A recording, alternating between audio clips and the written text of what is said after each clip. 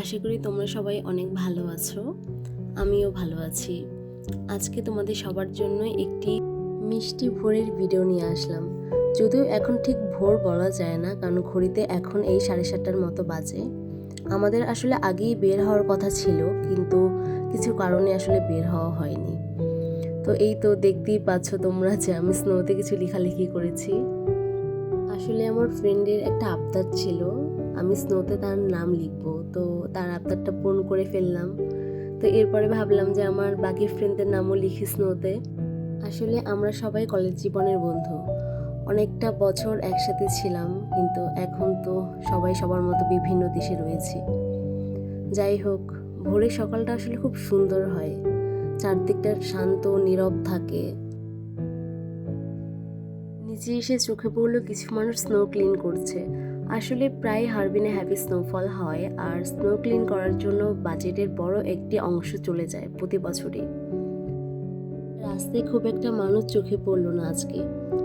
আসলে আমাদের প্রায় সব ডিপার্টমেন্টেরই পরীক্ষা শেষ, কিছু ডিপার্টমেন্টের পরীক্ষা এখনও চলছে। তো আজকে একটি পরীক্ষা ছিল, এই জন্য স্টুডেন্টের সংখ্যাটা এখন একটু কম রয়েছে। কথা বলতে বলতে ব্রিজের কাছে চলে আসলাম।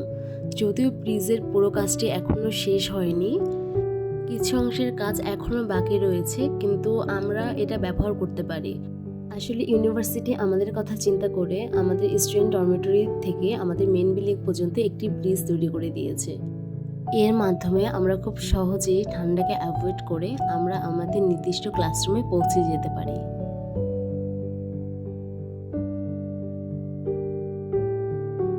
এটা হলো আমাদের স্টেডিয়াম, যদিও এখন পুরোটা বরফে ঢাকা রয়েছে এখানে। আর এই পাশে রয়েছে ফুটবল কোর্ট, এটাও পুরোটা আজকে বরফে ঢাকা।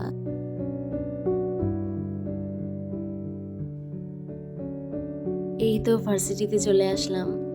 তো এখন প্রথমেই আমাদের ব্যাংকে যেতে হবে, কারণ আমাদের ব্যাংকে কিছু কাজ ছিল। তো ব্যাংকের কাজ শেষ করে আমার ফ্রেন্ড বলল যে সে কিছু খাবে। তো আমরা হালাল রেস্টুরেন্টে চলে গিয়েছিলাম আমাদের ব্রেকফাস্ট কমপ্লিট করার জন্য। যদিও আমার কিছু সকালে নেওয়া হয়নি, কারণ আমি সকালে ঠিক ভারী খাবার নিতে পারি না।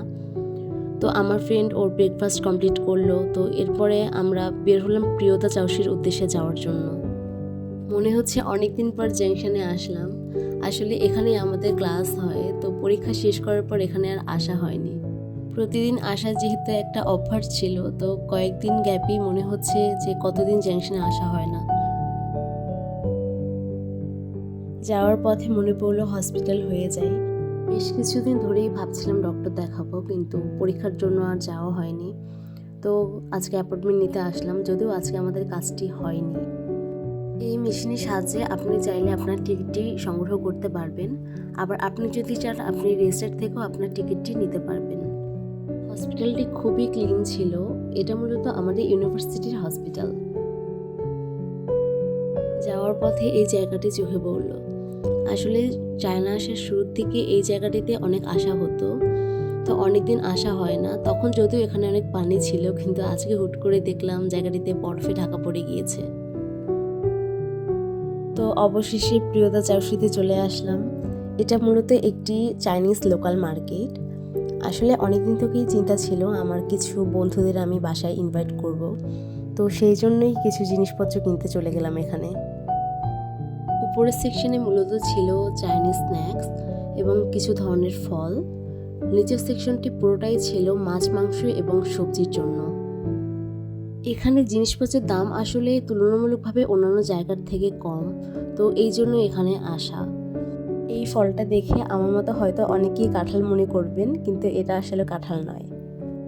তো এখান থেকে কিছু স্ট্রবেরি নেওয়ার পরে আমরা চলে গেলাম নিচের সেকশনে।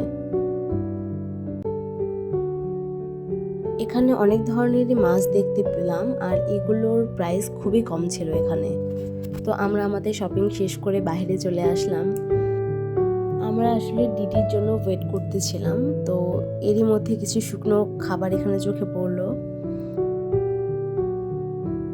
এই মার্কেটটা যদিও আমাদের বাসা থেকে খুবই কাছে ছিল, কিন্তু এতগুলো জিনিস নিয়ে আসলে হেঁটে আসাটা সম্ভব ছিল না। তো যাই হোক, এই তো বাসার কাছে চলে আসলাম। আমার আসলে কিছু সবজি কেনার দরকার ছিল, তো ডর্মের ঠিক পাশে সুপার শপে চলে গেলাম। তো তো যাই হোক, কেনাকাটা শেষ করে এখন বাসায় যাব। তো সেই সাথে আজকের এই ছোট্ট ভিডিওটি এখানেই শেষ করছি।